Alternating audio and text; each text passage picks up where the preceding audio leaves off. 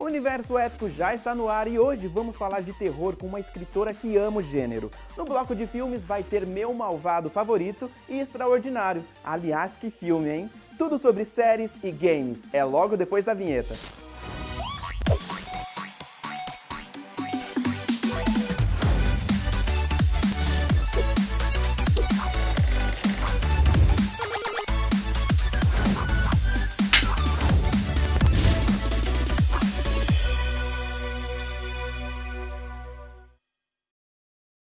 Agora em junho tem o filme A Múmia, e fazia tempo que não tinha um filme dessa temática. Vai ter Tom Cruise no papel principal e a gente vai ver que das profundezas do deserto, uma antiga rainha desperta nos dias atuais. Isso não vai ser nada bom. Que tal vermos um vídeo que revela alguns bastidores e personagens do filme? Olha aí. Mr. Morton,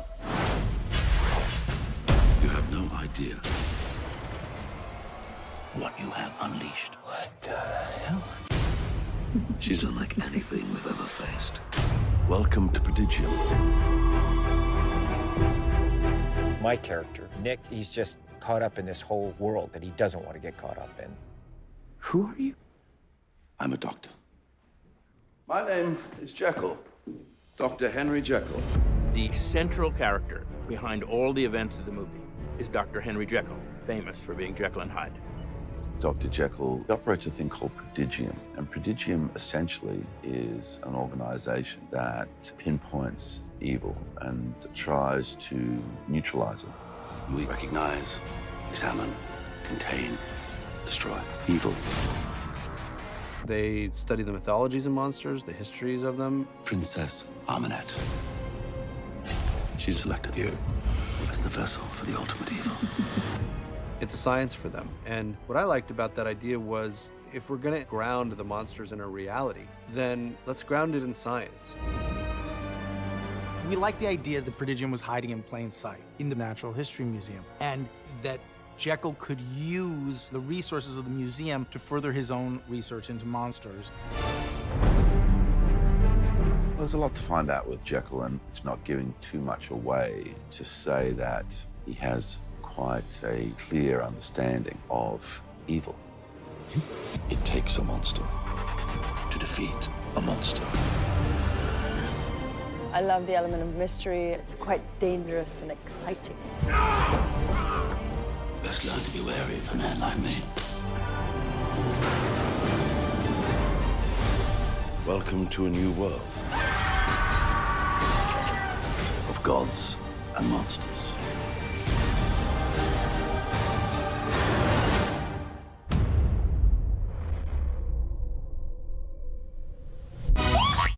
Pouco depois de você e seu irmão nascerem, seu pai e eu nos divorciamos. Cada um ficou com um filho.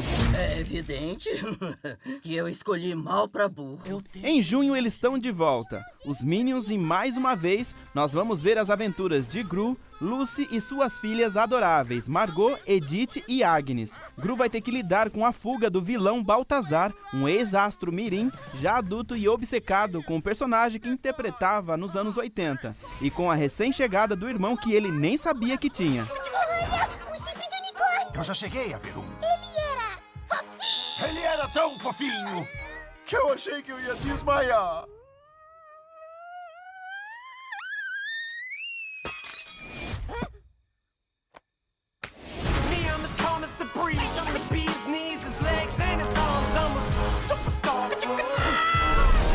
Meu Malvado Favorito 3.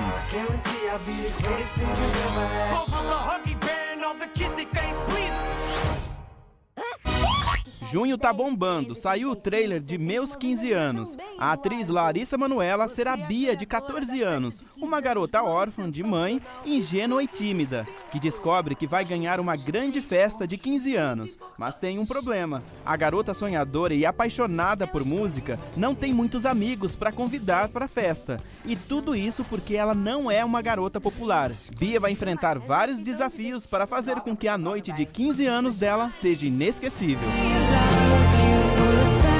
Ninguém te explica como faz para amadurecer. Ninguém te explica, porque isso você precisa descobrir sozinho. Por que me chamam de Lessa, empresário dos artistas que dá imprensa? Porque eu levo o show business a sério. Quando eu descobri a banda Chocante lá nos anos 90, minha gente, eu transformei esses caras num fenômeno. Chocante! Em outubro tem comédia nacional chegando. 20 anos depois do sucesso meteórico do grupo Chocante com o hit Choque de Amor, os integrantes da banda decidem voltar com o grupo. Entra cartel. Sabe aquele tipo de filme que dá um nó na garganta? Já fiquei com vontade de chorar só com o trailer, imagina o filme inteiro. Em Extraordinário, vamos ver a história de um menino que nasceu com uma deformação facial. My name is Augie Pullman. Next week, I start 5th grade. And since I've never been to real school before, I'm pretty much totally petrified. Pela primeira vez, ele vai frequentar uma escola regular como qualquer outra criança. No 5º ano, ele vai precisar se esforçar para conseguir se encaixar em sua nova realidade. But none of them have made me look ordinary. Look at his face. I've never seen anything that ugly in my life. If I looked like him, I'd swear I'd put a hood over my face. I know you don't always like it, but I love it. It's my son's face. You are not ugly, Augie. You just have to say that because you're my mom. Because I'm your mom, it counts the most. Because I know you the most.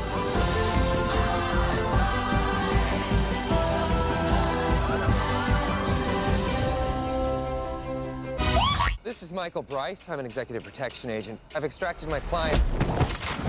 Cleanup is required. You might want to call the bomb squad. Make it the fire department. Is that my car? I'm afraid so. Have a seat. It's been a long day. No segundo trailer do filme Dupla Explosiva, a gente se dá conta que as coisas serão bem difíceis para o principal guarda-costas do mundo. Ryan Reynolds vai ter um novo cliente, um assassino de aluguel que será vivido por Samuel L. Jackson. Eles vão precisar colocar as diferenças de lado. Okay, on 3. 1. Maybe you're bad. E para fechar o bloco, quem gosta da saga de Harry Potter vai pirar. Isso porque um fã resolveu pegar todas as pistas do livro O Enigma do Príncipe e fazer um filme que vai contar tudo sobre Voldemort. O filme sobre o vilão já tem o primeiro trailer e vai se chamar Voldemort, a origem do herdeiro. E em breve vai estar disponível direto no YouTube.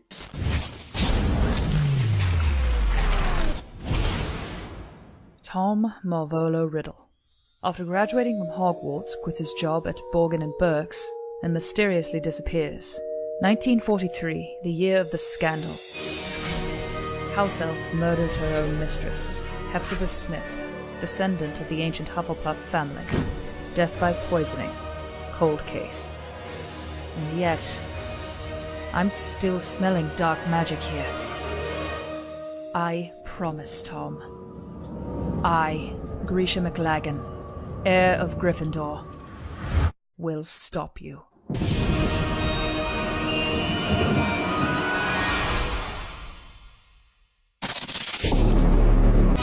Só coisa boa chegando, né? E no próximo bloco vai ter entrevista aqui no estúdio com a escritora Soraya Buchaim. Eu volto já.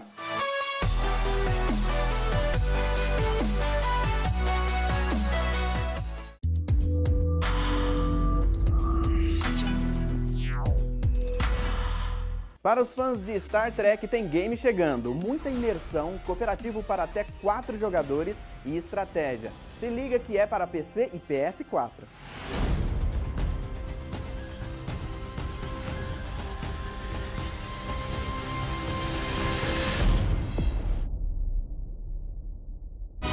Se você é daqueles que ama luta, o destaque é Tekken 7. E tem novidade, você vai conseguir aplicar um golpe crítico quando estiver quase morrendo e virar a luta. São 38 lutadores no elenco, e dentre eles está o Akuma do Street Fighter. Está disponível para PC, Xbox One e PS4.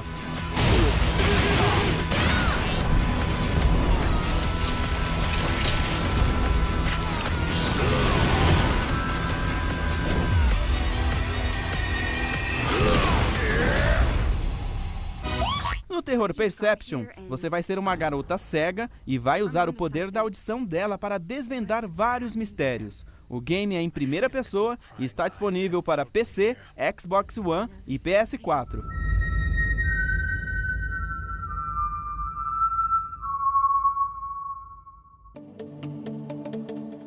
Universo Épico hoje vai falar de terror e para isso nós convidamos a Soraya que é especialista e escreveu o livro A Vila dos Pecados. O que é que tem nessa vila, Soraya? Oi, gente. É um prazer estar aqui com vocês. Essa vila é muito complicada, porque, bom, primeiro que esse livro é um livro de época, então ele se passa no final do século XIX e ele conta a história de uma vila afastada da sociedade, é uma vila fictícia.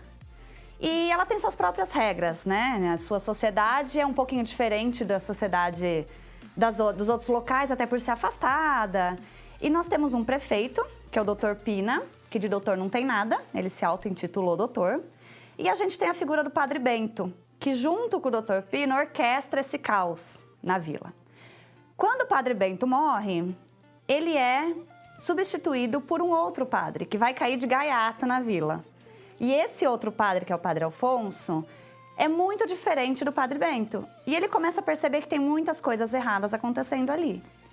Nesse ínterim, algumas pessoas começam a morrer. Então você tem um cenário de mortes numa vila pequena. Então todo mundo é suspeito, todo mundo é uma possível vítima. E os segredos mais sujos começam a aparecer. Então você descobre que ninguém é o que parece ser. É um terror sobrenatural? É um terror mais pé no real?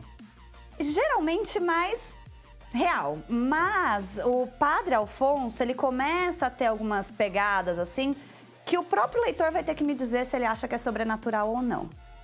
Porque é muito...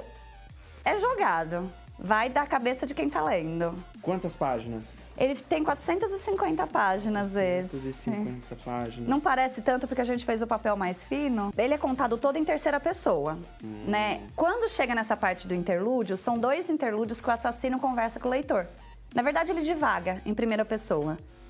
Lá quase no final, antes da gente saber o que acontece. O público, então, o leitor, ele pode esperar, então, aquele terror pesado, uma coisa mais suspense, que vai instigando até o final? Ele é mais suspense. É porque, assim, eu comecei a escrever no suspense. Pra mim era muito mais fácil. E aí eu falei, gente, mas tem uma linha bem tênue entre o suspense e o terror. Porque o terror não necessariamente precisa dar medo e não necessariamente precisa ser sobrenatural. São elementos que você coloca. Eu sempre falo, alguém falou assim, eu li esse livro de terror, mas não deu medo. Eu falei, gente, Frankenstein é terror e pelo menos pra mim não dá medo. E é um clássico do terror. Clássico. Então, assim, é muito tênue essa linha. E aí eu comecei mais pelo terror. Eu uso muito sangue, eu uso muito descrições, essas coisas que o leitor fica um pouco nervoso. E eu queria que você me falasse, como é que foi todo o processo de você chegar no livro? Olha... eu sempre quis escrever um livro que se passasse numa vila, porque eu acho que você tá numa vila, ele é propenso a acontecer algumas coisas que não aconteceriam, por exemplo, numa cidade grande ou num local, né, diferente. Só que eu não tinha a ideia toda dele. Eu falei, não, eu quero uma vila, tá bom.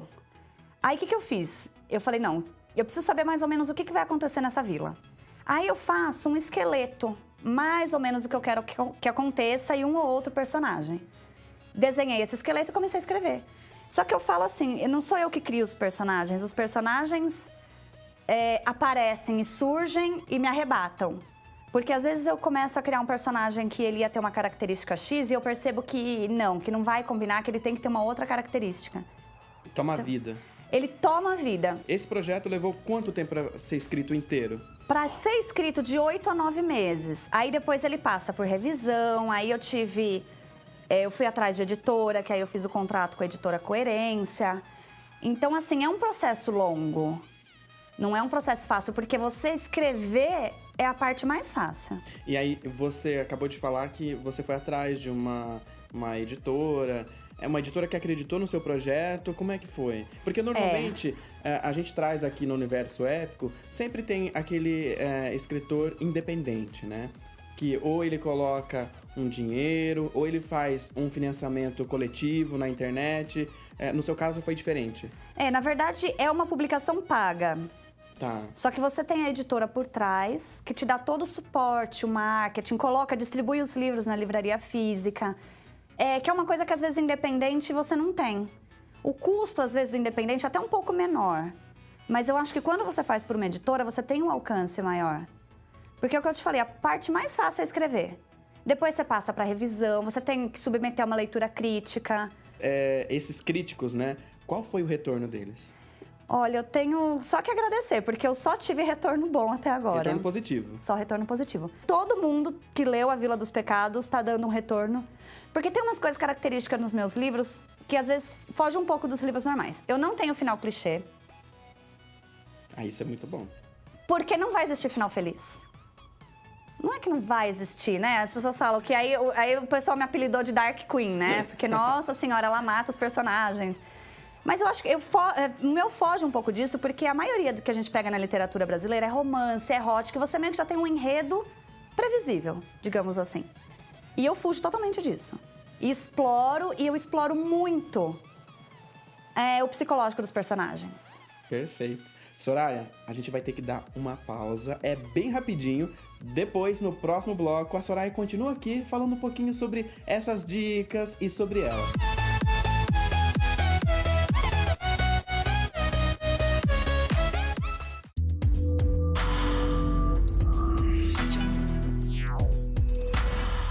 Estamos de volta com o Universo Épico e no bloco anterior a gente falava aqui com a Soraya, ela que é escritora e é autora de A Vila dos Pecados. Ela vai contar um pouquinho pra gente sobre as referências, né? Como é que você começou a escrever sobre terror? Eu amo Stephen King desde a adolescência, então eu sempre li muita coisa. Lógico, eu leio outros autores, tem a Agatha Christie, que é mais suspense, não é tanto terror, né? Mais policial, Mary Higgins Clark, mas o Stephen King me motivou a escrever. E autor nacional? Olha, eu cito a Camila Pellegrini, que na verdade a Camila Pellegrini lançou agora Aos Olhos de Zoe, que é mais romântico, mas eu li Sombras do Medo dela, que também era uma distopia. Aí tem o Luiz Henrique Mazaron, que também escreve mais distopia, fantasia, não que seja meu gênero preferido, mas eu acho que a gente pega muitas referências. E tem outros autores que não são necessariamente de terror. Tem a Glau Kemp, que escreve terror. Nós estamos escrevendo um projeto junto também no Wattpad, que tá fazendo... A gente tá uma semana, entramos no ranking do Wattpad. Tem o Jefferson Passos também, que escreve terror. Então tem um pessoal muito bom da literatura nacional que está começando a surgir. Né, para quem gosta do gênero, né, tem que consumir produto nacional. Claro, sim, tem bons produtos lá fora, mas a gente tem autores, né, interessantes aqui no Brasil. E é legal que a gente acaba se unindo muito, sabe? E dessa união, você tem um podcast, alguns projetos. Né? Tem um podcast, que é um podcast de terror feito só de mulheres, que chama Trevocast. Nós já gravamos 2 programas, estamos para colocar no ar. Que sou eu, a Bianca Souza, que escreve mais Dark Fantasy, a Glau Kemp e a Juliana Daglio, que é outra autora nacional também, que dá bastante referência para mim, porque ela é maravilhosa. Ó, você não para, a Soraya não para, tem filho, trabalha fora e aí, né, arranja um tempinho para escrever e fazer tudo isso. É difícil. É difícil. Mas a gente tem que conciliar, porque eu escrevo por amor. Ainda não vivo disso, se Deus quiser, um dia eu vou viver. Mas então é por amor e os leitores, e cada vez aumentando mais. Eu tenho mais de 40 blogs parceiros, então assim, é essa energia dos leitores e dos parceiros que me faz querer continuar. Quem quiser te encontrar e saber um pouquinho mais sobre a Vila dos Pecados ou sobre a sua história, onde que te encontra? É o site www.sorayaabuchain, depois ele vai mostrar Soraya com Y, sorayaabuchainescritora.com.br. Lá tem meu outro livro, tem os meus contos, dá para comprar tudo por lá, acompanhar minha história. Eu dou dicas de escrita, é um blog mesmo para acompanhar minha carreira. É um site com blog para acompanhar. Soraya, e projetos novos estão... Muitas coisas. Tem antologia, tem livros novos, podcast, hangout, um monte de coisa aí surgindo. Quero agradecer a presença. Obrigada a vocês que assistiram. Foi um prazer estar aqui com vocês. E você aí de casa, olha só, a Soraya vai voltar sempre quando tiver um projeto novo. Pode esperar.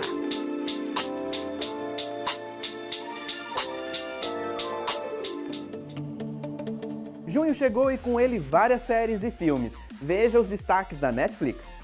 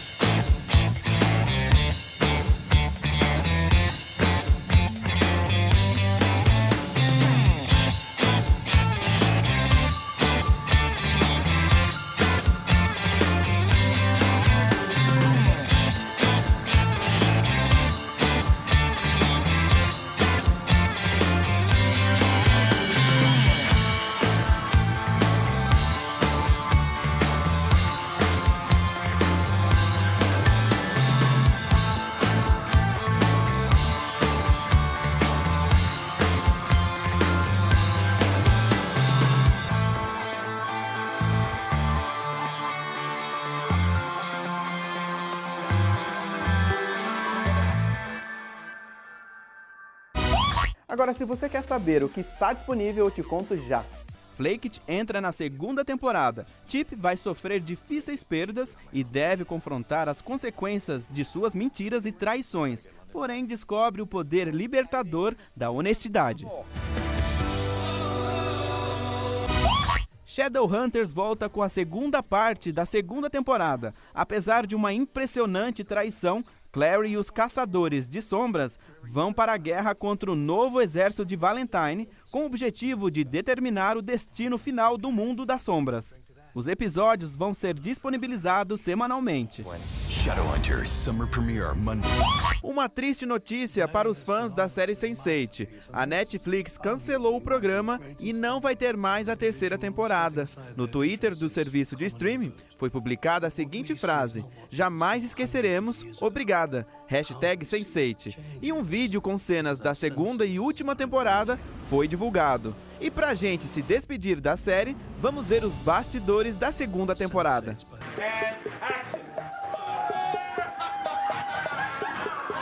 And we're back. Season 2. Alegría. Who?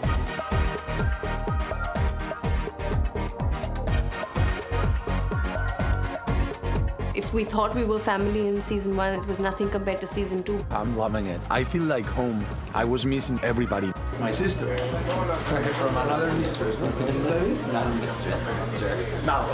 It's not a normal working relationship. It's more like family-ship. My sister. From another mister.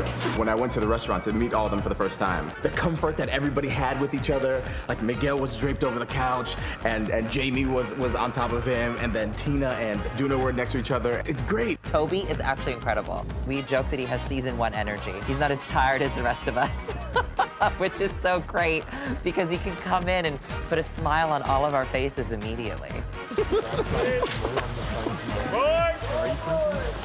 The 8 of us are really tight. We can be grumpy with each other in the morning. Hey, Jamie, do you want to go to the library with me?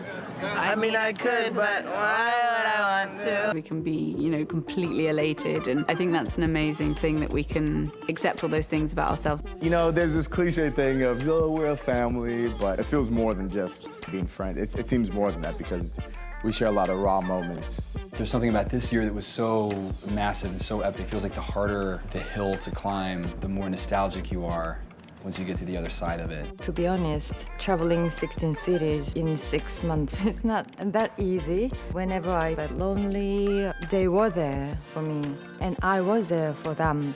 When we can just look at each other and have that smile on our faces because we know exactly how it felt like. This is what I love.